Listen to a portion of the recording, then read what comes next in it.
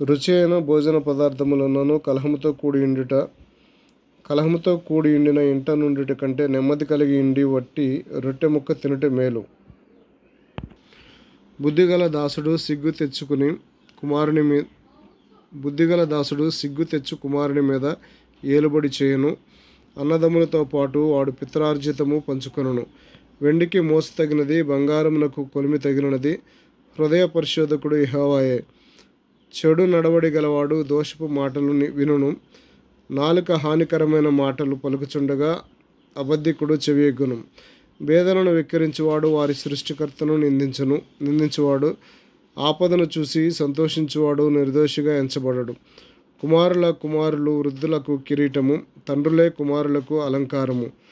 అహంకారముగా మాటలాడుట బుద్ధి లేని వానికి తగదు, అబద్ధమాడుట అధిపతికి బొత్తిగా తగదు. లంచము దృష్టికి మాణిక్యము వలె ఉండును. అటివాడు ఏమి చేసినను దానిలో యుక్తిగా ప్రవర్తించును. ప్రేమను వృద్ధి చేయగోరువాడు తప్పిదములు దాచిపెట్టును. జరిగిన సంగతి మాటిమాటికి ఎత్తువాడు మిత్రభేదము చేయును. బుద్ధిహీనునికి 100 దెబ్బలు నాటునంత కంటే బుద్ధిమంతునికి ఒక గద్దింపు మాట లోతుగా నాటును. తిరుగుబాటు చేయవాడు కీడు చేటికే కోరును.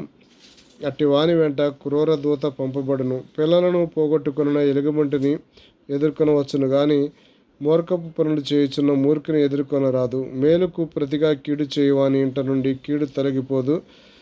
కలహారంభము నీటిగట్టున పుట్టు ఓట. వివాదము అధికము కాకమునిపే దాన్ని విడిచిపెట్టము. దుష్టులు నిర్దోషులని తీర్పు తీర్చువాడు, నీతిమంతులు దోషులని తీర్పు తీర్చువాడు. వీరిద్దరూ యెహోవాకు హేయులు. బుద్ధిహీనుని చేతిలో జ్ఞానము సంపాదించుటకు సొమ్ముండనేలా, వానికి బుద్ధి లేదు గదా. నిజమైన స్నేహితుడు విడువక ప్రేమించును. దుర్దశలో అటివాడు సహోదరుడిగా ఉండును. తన పొరుగువానికి జామీను ఉండి పూటపడవాడు తెలివి మారినవాడు. కలహప్రియుడు దుర్మార్గప్రియుడు. తన వాకిండ్లు ఎత్తు చేయవాడు నాశనము ఎదుగువాడు. కుటిలవర్తనుడు మేలు పొందడు. మూర్ఖముగా మాట్లాడువాడు కీడులో పడును. బుద్ధిహీనుని కనిన వానికి వ్యసనము కలుగును. తెలివి లేని వాని తండ్రికి సంతోషము లేదు. సంతోషము గల మనసు ఆరోగ్య కారణము. నలిగిన మనసు ఎముకలను ఎండిపోచేయును. న్యాయ విధులను చెరుపుటకై దుష్టుడు ఒడిలో నుండి లంచము పుచ్చుకొనును. జ్ఞానము వివేకము గల వాని ఎదుటనే ఉన్నది. బుద్ధిహీనుని కన్నులు బూదిగంతములలో ఉండును. బుద్ధిహీనుడగు కుమారుడు తన తండ్రికి దుఃఖము తెచ్చును.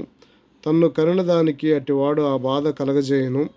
నీతిమంతులను దండించుట న్యాయము కాదు, అది వారి యథార్థతను బట్టి మంచివారిని హతము చేయుటే.